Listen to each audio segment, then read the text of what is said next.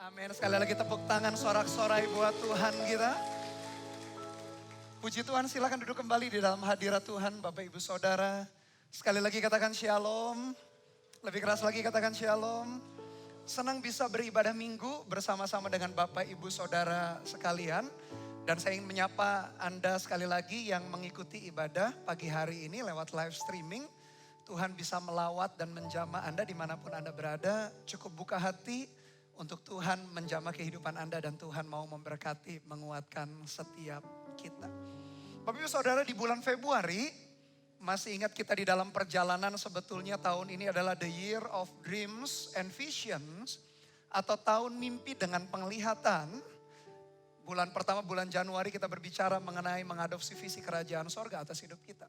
Dan di dalam bulan Februari, masih di dalam perjalanan mencapai mimpi atau visi itu, diberi tema sepanjang bulan Februari ini adalah membayar harga atas atau untuk sebuah mimpi. Jadi untuk mimpi atau visi Tuhan digenapi di dalam hidup kita, ada harga yang perlu dibayar atau ada usaha yang perlu dikerjakan. Mari kita lihat Alkitab kita terlebih dahulu di dalam Ulangan pasal 7. Ayat yang pertama sampai ayat yang kedua, Bapak Ibu Saudara, kita perhatikan bagaimana perjalanan bangsa Israel menuju tanah perjanjian atau mimpi yang Tuhan taruh. Ternyata ada harga, ada tantangan yang mereka harus hadapi. Biarkan ini menjadi gambaran perjalanan rohani kita juga ketika Tuhan memberikan visi atau mimpi dalam pekerjaan, dalam keluarga, dalam karir kita, dalam pelayanan kita, dalam semua aspek hidup kita. Ulangan pasal 7 ayat yang pertama sampai yang kedua dikatakan, apabila Tuhan Allahmu telah membawa engkau ke dalam negeri, kemana engkau masuk untuk mendudukinya, dan ia telah menghalau banyak bangsa dari depanmu, yakni orang Het, orang Girgasi, orang Amori, orang Kanaan, orang Feris, orang Hewi, dan orang Yebus, 7 bangsa yang lebih banyak dan lebih kuat daripadamu, ayat 2. Dan Tuhan Allahmu telah menyerahkan mereka kepadamu, sehingga engkau memukul mereka kalah, maka haruslah kamu menumpas mereka sama sekali. Janganlah engkau mengadakan perjanjian dengan mereka, dan janganlah engkau mengasihani mereka. Bapak Ibu Saudara, perhatikan perjalanan bangsa Israel tak sepi dengan yang namanya tantangan. Padahal memberikan tanah perjanjian merupakan mimpi atau visi yang Tuhan beri. Dikatakan ada 7 bangsa yang lebih kuat dan lebih banyak daripada mereka. Demikian tantangan di dalam hidup kita. Kalau diukur dengan kekuatan manusia, lebih banyak dan lebih kuat. Tapi kita percaya bahwa Tuhan menyertai. Dan kalau kita pelajari Bapak Ibu Saudara, setiap nama daripada 7 bangsa itu memiliki arti. Dan itu menjelaskan mengenai 7 tantangan yang kita hadapi ketika kita berjalan di dalam visi atau mimpi. Orang Het, kata Het itu berarti adalah intimidasi dan ketakutan. Girgasi itu artinya adalah menyeret dengan paksa. Amori itu adalah kepahitan, artinya atau pemberontakan atau pengoceh. Kanaan artinya adalah kecemburuan atau fanatik. Orang Feris itu artinya adalah sifat liar. Orang Hewi itu artinya kefasikan. Dan Yebus itu artinya diinjak dengan keras di bawah tekanan. Jadi 7 nama bangsa tadi yang lebih banyak dan lebih kuat itu punya artinya. Dan menggambarkan sebetulnya 7 tekanan, 7 tantangan di dalam hidup kita. Di dalam perjalanan kita mencapai visi atau mimpi yang Tuhan berikan di dalam hidup kita. Nah, khusus pagi hari ini saya akan berbicara mengenai orang Het, yaitu berbicara mengenai sesuatu intimidasi atau ketakutan. Oleh karena itu saya beri judul khotbah pagi hari ini adalah menaklukkan ketakutan yang melumpuhkan. Dalam perjalanan kita menuju mimpi, ada orang-orang yang disebut orang Het yang membuat kita takut, terintimidasi. Dan tahukah Bapak Ibu Saudara, ketakutan sangat-sangat melumpuhkan kita. Tapi kita akan belajar bersama-sama bagaimana cara menaklukkan ketakutan itu supaya tidak melumpuhkan perjalanan kita. Mari kita lihat sebuah kisah yang akan membuat kita mengerti dan memahami cara kita menaklukkan ketakutan itu. Mari kita perhatikan Bilangan 13 ayat pertama sampai ayat yang kedua. Kita akan belajar dari perikop ini bagaimana cara kita menaklukkan ketakutan.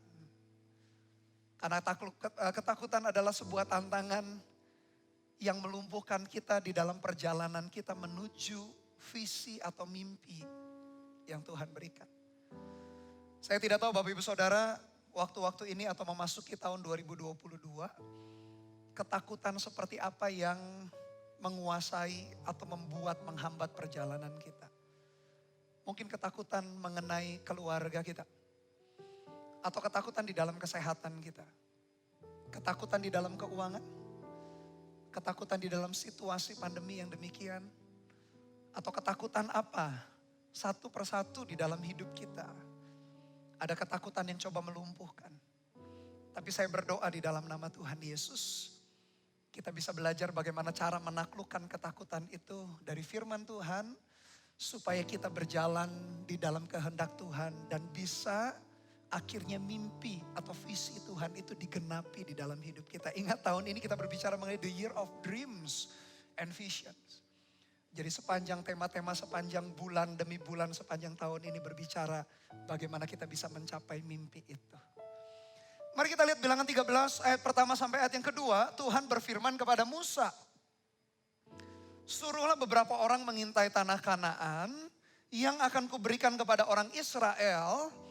Dari setiap suku nenek moyang mereka haruslah kau suruh orang, semuanya pemimpin-pemimpin di antara mereka.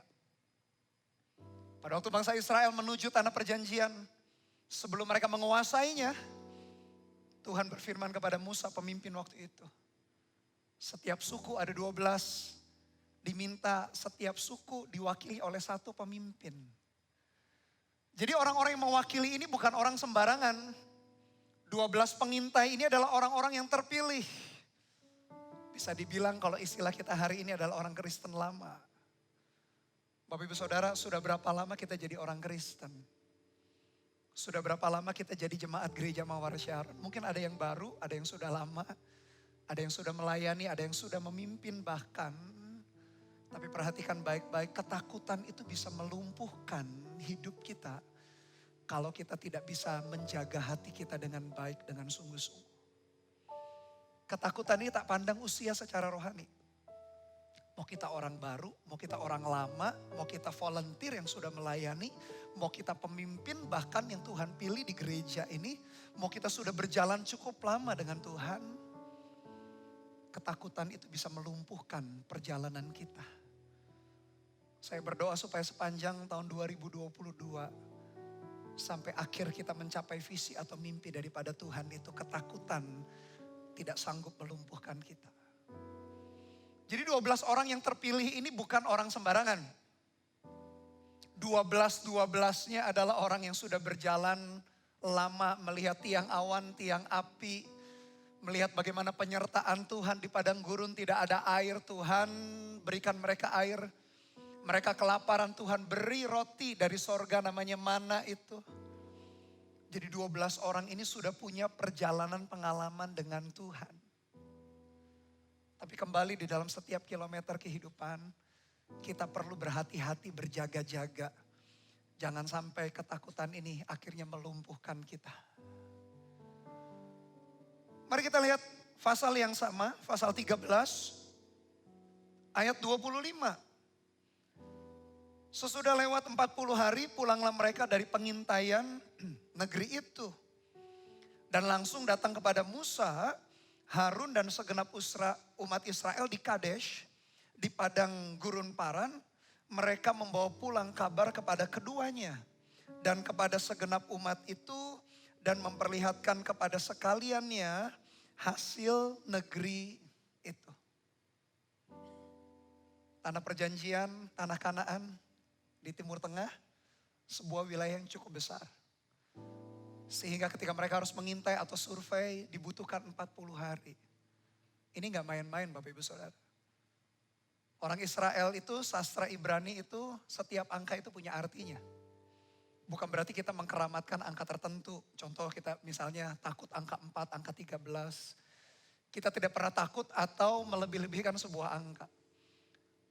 Tapi Alkitab kita ditulis dalam sastra Ibrani, orang Ibrani itu setiap angka punya arti. 40 itu bagi mereka angka sebuah proses, sebuah journey. Ketika kita masuk tahun 2022, lalu setiap kita punya pengharapan, kita buat resolusi, kita buat goal di dalam tahun ini. Entah pekerjaan, keuangan, karir, hubungan, keluarga, studi kita, pelayanan kita buat goal.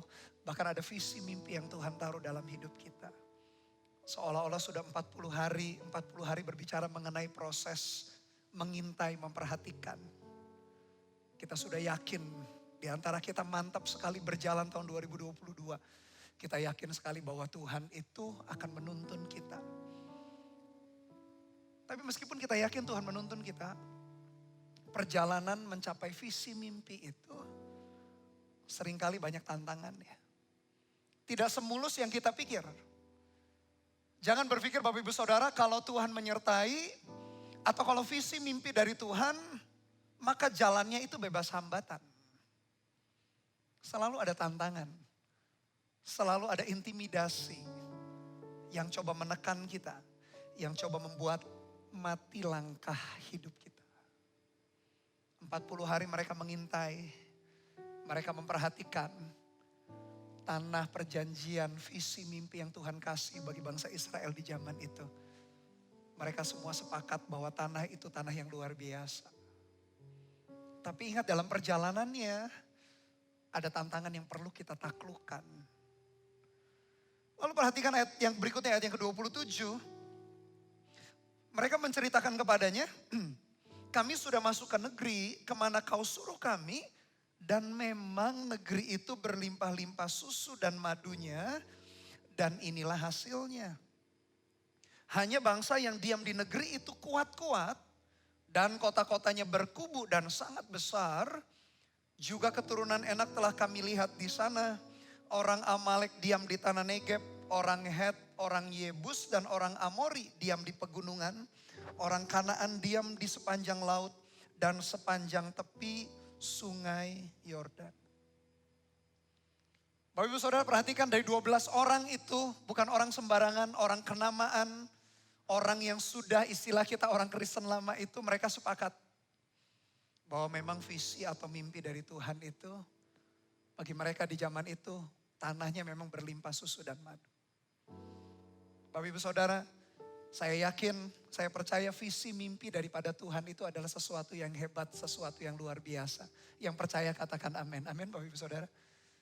Mau dalam pekerjaan kita, dalam bisnis, dalam karir kita, dalam keuangan kita, dalam keluarga kita, dalam pelayanan kita. Semuanya itu hebat, luar biasa. Kita sepakat dengan itu.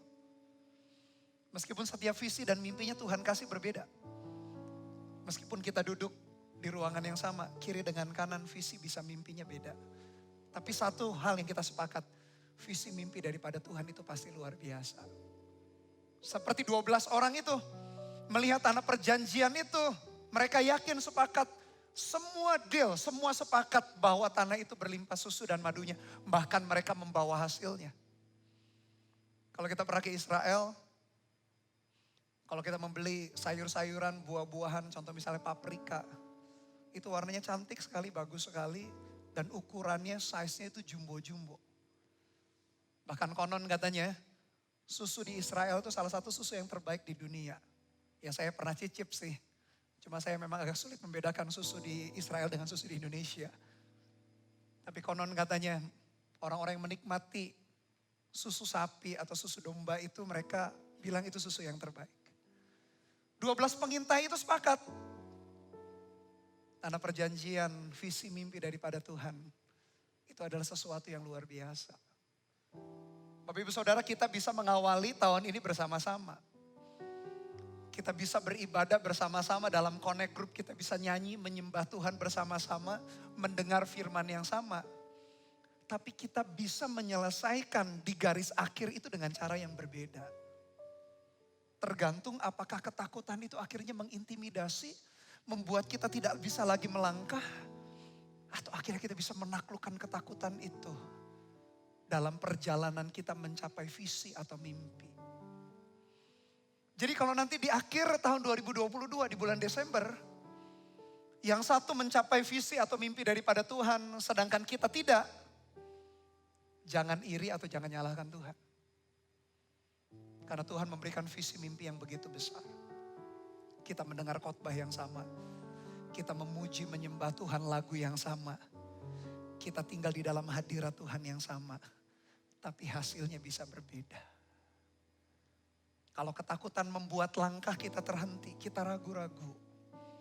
Visi mimpi yang besar yang hebat itu, kita tidak bisa menikmatinya. Dan ironis memang, meskipun 12 orang ini sepakat, tanah itu tanah yang berlimpah susu dan madunya.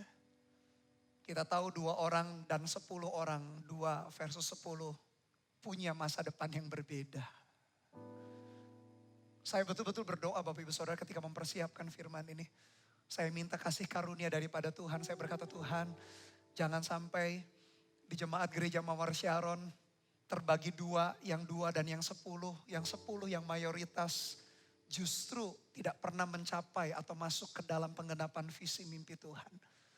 Saya berdoa Bapak Ibu Saudara, setiap kita ketika kita melihat nanti di akhir perjalanan kita tahun ini, kita flashback ke belakang, kita perhatikan setiap kita telah memasuki setiap visi dan mimpi yang Tuhan taruh di dalam hati dan kehidupan kita. Karena kita tahu cara bagaimana menghadapi setiap tantangan itu. Karena untuk mencapai mimpi ada harga yang perlu dibayar. Saya berdoa Bapak Ibu Saudara, kita punya ketangguhan, kita punya kekuatan, kita punya iman, kita punya keyakinan yang demikian rupa. Sehingga tak seorang pun di antara kita yang mengawali bersama-sama lalu gugur di tengah jalan. Tetapi setiap kita akan menyelesaikan sampai garis akhir dengan baik, dengan kuat di dalam penggenapan visi dan mimpi daripada Tuhan. Karena yang membedakan adalah akhirnya sikap hati di dalam kehidupan kita. Mereka semua sepakat tanah itu berlimpah susu dan madunya. Ayat 28 kembali dikatakan hanya bangsa yang diam di negeri itu kuat-kuat dan kotanya berkubu dan sangat besar dan juga keturunan enak atau keturunan raksasa telah kami lihat di sana. Bapak Ibu Saudara, untuk mencapai visi mimpi itu ada kota yang berkubu, ada tantangan seperti raksasa di dalam hidup kita. Tapi saya meyakini raksasa di luar kita tak sanggup menghentikan langkah hidup kita. Ingat kisah Daud. Daud tak pernah ditaklukkan oleh Goliat yang tingginya hampir 3 meter itu. Yang suaranya lantang menggetarkan seluruh bangsa Israel. Tapi Daud seorang anak muda yang pipinya masih kemerah-merahan menurut Alkitab. Masih umur 17 tahun.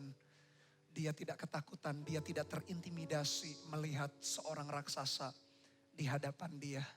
Karena dia tahu yang menyertainya jauh lebih besar, jauh lebih kuat daripada yang ada di luar tantangan dalam perjalanan mimpi, mencapai mimpi dan visinya. Bapak Ibu Saudara, tantangan di dalam hidup kita, di depan kita boleh besar seperti raksasa yang menggentarkan. Tapi ingat, Yesus itu menyertai kita.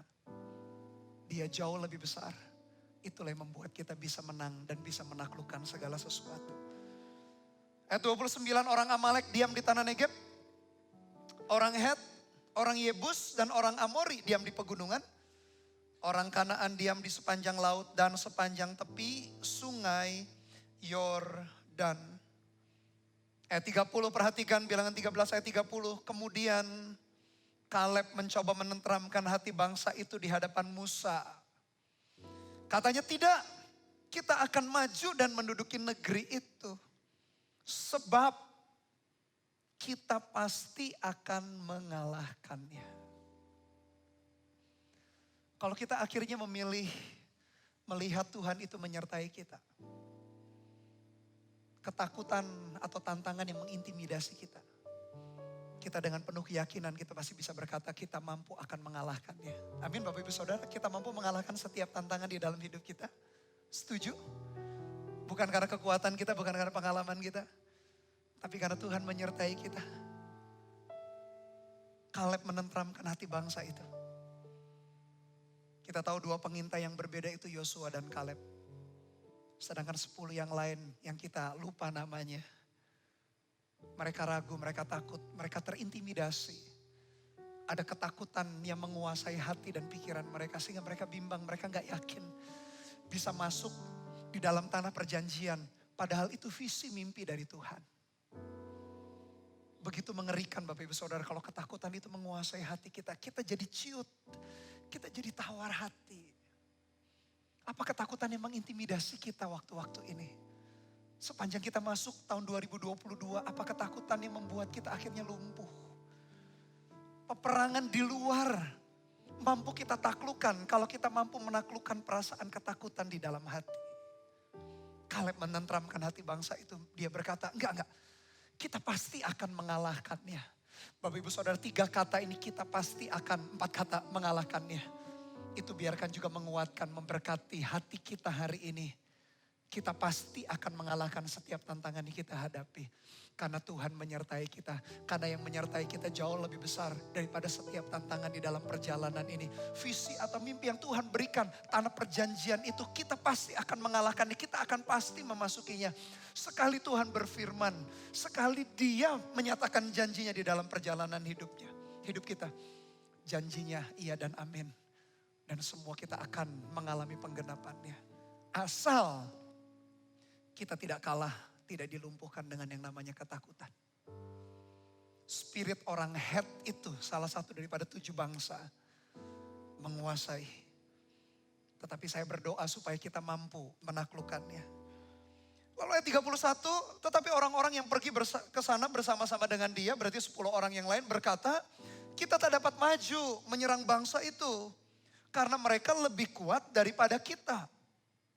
Ayat 32 juga mereka menyampaikan kepada orang Israel kabar busuk tentang negeri yang diintai mereka. Dengan berkata negeri yang telah kami lalui untuk diintai adalah suatu negeri yang memakan penduduknya. Dan semua orang yang kami lihat di sana adalah orang-orang yang tinggi-tinggi perawakannya. Juga kami lihat di sana orang-orang raksasa. Orang enak yang berasal dari orang-orang raksasa. Dan kami lihat diri kami seperti belalang. Dan demikian juga mereka terhadap kami. Hati-hati siapa yang kita dengarkan. Ironisnya, memang 10 orang pengintai itu berbicara mengenai mayoritas kebanyakan orang. Suara orang banyak belum tentu kebenaran. Suara minoritas belum tentu sesuatu yang tidak berasal dari Tuhan. Kontras sekali memang 10 lawan 2 orang, Yosua dan Kaleb lawan 10 yang lain. Hati-hati siapa yang kita dengarkan. Kita berteman, bergaul dengan banyak orang, saya setuju. Tapi kalau kita bersahabat, atau orang-orang yang dekat dengan kita, orang-orang yang dalam lingkaran inti, hubungan relationship kita, pilihlah orang-orang yang tepat. Saya tidak berkata berteman, bergaul, kita pilih-pilih. Miskin, kaya, tampan atau buruk, kita pilih-pilih enggak. Berteman, bergaul dengan banyak orang, bahkan supaya kita bisa memberkati, memenangkan, menjangkau mereka. Tapi orang-orang yang di lingkaran inti kita, orang-orang yang memberikan nasihat, orang-orang yang memberikan masukan, orang-orang yang memberikan cara pandang kita, pilihlah orang-orang yang tepat Bapak Ibu Saudara. Karena mayoritas belum tentu berbicara mengenai kebenaran. Belum tentu banyak orang berkata A, berarti A itu berasal dari Tuhan. Diperlukan kepekaan di dalam hati dan roh kita. Bayangkan, kalau kita jadi orang Israel, lalu 10 orang berdiri di panggung dan berkata kita gak mungkin bisa mencapai visi atau mimpi. Mungkin banyak daripada kita goyah juga imannya. 10 orang itu berkata gak mungkin kita bisa berjalan dalam anugerah Tuhan sepanjang tahun 2022. Perhatikan siapa yang kita dengar. Mayoritas atau suara terbanyak belum tentu itu adalah kebenaran. Dibutuhkan kepekaan di dalam hati kita. Oleh karena itu hati kita perlu condongnya kepada firman Tuhan. Hati kita perlu condongnya kepada apa yang Tuhan katakan mengenai kita. Bukan apa kata orang. Karena dengan demikian itu menentukan arah langkah hidup kita. Saya berdoa supaya setiap kita tak ada seorang pun yang gugur di dalam perjalanan mencapai visi atau mimpi sepanjang tahun ini. Semua kita masuk di dalam penggenapannya. Firman ini yang membedakan kita nantinya Bapak Ibu Saudara. Bayangkan di tengah-tengah mayoritas yang berkata enggak. Lawan lebih berat, kita outnumbers, kita kalah jumlah, kita kalah kuat. Kita enggak mampu, secara fisik saja perawakan kita sudah kalah. Tantangan di dalam perjalanan hidup kita jauh lebih kuat dan jauh lebih besar daripada kita. Tapi itu pun sebetulnya tak sanggup membuat langkah hidup kita akhirnya berhenti. Karena Tuhan kembali menyertai kehidupan kita. Perhatikan siapa yang kita dengar. Perhatikan apa yang kita masukkan di dalam hati. Karena itu akan sangat menentukan. Condongkan hati kita, pilihlah untuk percaya kepada firman-Nya. Karena firman Tuhan iya dan amin. Lalu kita perhatikan lompat pasal yang ke-14. Ayat yang pertama, bilangan 14, ayat yang pertama. Apa akibatnya mereka ketakutan? Lalu segenap umat itu mengeluarkan suara nyaring. Dan bangsa itu menangis pada malam itu.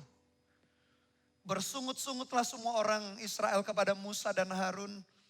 Dan segenap umat itu berkata kepada mereka, sekiranya kami mati di tanah Mesir atau di padang gurun ini.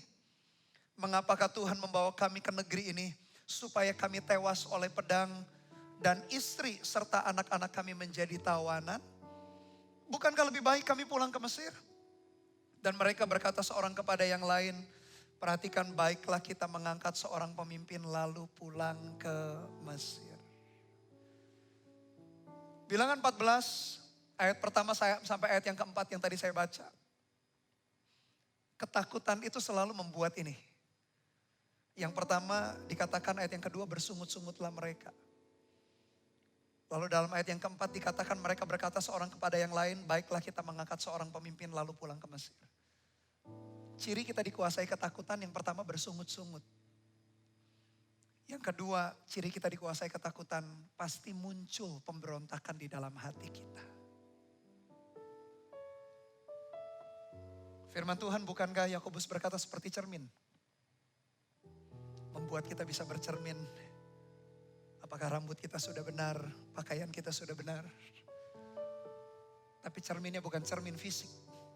Cerminnya cermin yang mampu menerobos seperti pedang bermata dua, menusuk amat dalam, memisahkan hati dan pikiran kita. Memisahkan sumsum dari sendinya. Firman Tuhan membuat kita bisa bercermin, berkaca. Ciri orang yang dikuasai ketakutan, pasti bersungut-sungut. Segala sesuatu tidak bisa kita syukuri. Selalu ada yang kurang. Orang lain punya, kita enggak. Selalu saja kita melihat ada yang lubang kalau donat itu. Selalu kita melihat minusnya. Itu ciri kita dikuasai ketakutan Bapak Ibu Saudara. Tidak perlu menunjuk atau menghakimi satu dengan yang lain. Firman ini menjadi cermin bagi kita. Bagi saya secara pribadi, bagi Bapak Ibu Saudara. Apakah kita lebih pandai hari-hari ini melihat sesuatu yang minus, sesuatu yang kurang. Akhirnya tidak ada ucapan syukur kita. Atau sebaliknya, meskipun hal itu kurang, minus. Tapi selalu kita melihat di balik itu ada anugerah Tuhan yang menyertai kita. Atau yang kedua, muncul pemberontakan. Enggak terima dengan kepemimpinan di keluarga, di gereja, di perusahaan. Bahkan memberontak kepada kepemimpinan Tuhan dalam perjalanan hidup kita. Dua ciri ini menjadi tanda apakah ketakutan telah merasuki hati kita dan pikiran kita. Apakah sedikit-sedikit hari-hari ini kita kalau berbicara hal yang negatif. Kita lebih peka, lebih cepat untuk melihat sesuatu yang negatif dari pasangan kita, dari teman kita, dari sahabat kita. Berarti hati kita telah dikuasai ketakutan. Dan yang kedua, apakah kita telah memberontak, sikap hati kita memberontak. Ayat firman Tuhan ini menjadi cermin. Bangsa Israel waktu itu ketika mereka dikuasai ketakutan, langsung semua responnya mereka bersungut-sungut.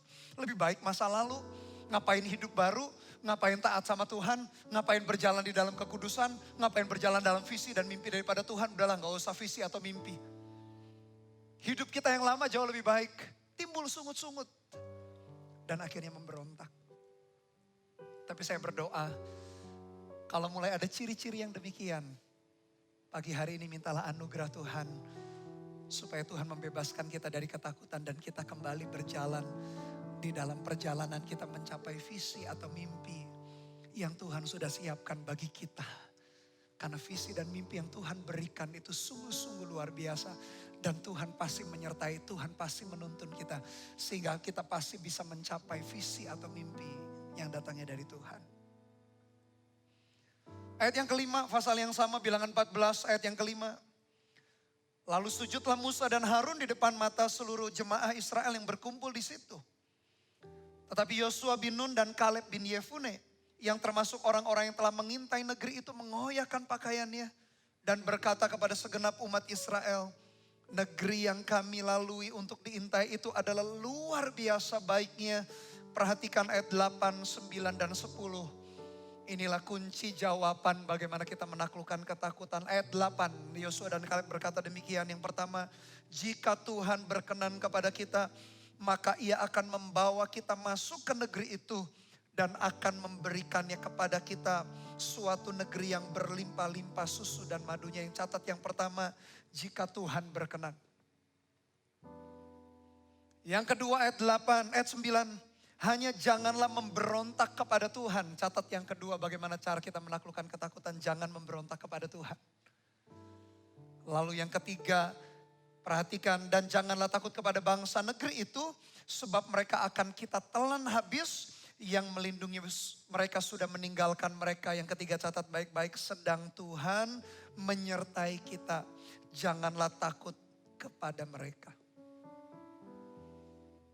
Bagaimana Yosua dan Kaleb menghadapi ketakutan? Kunci yang pertama, jika Tuhan berkenan.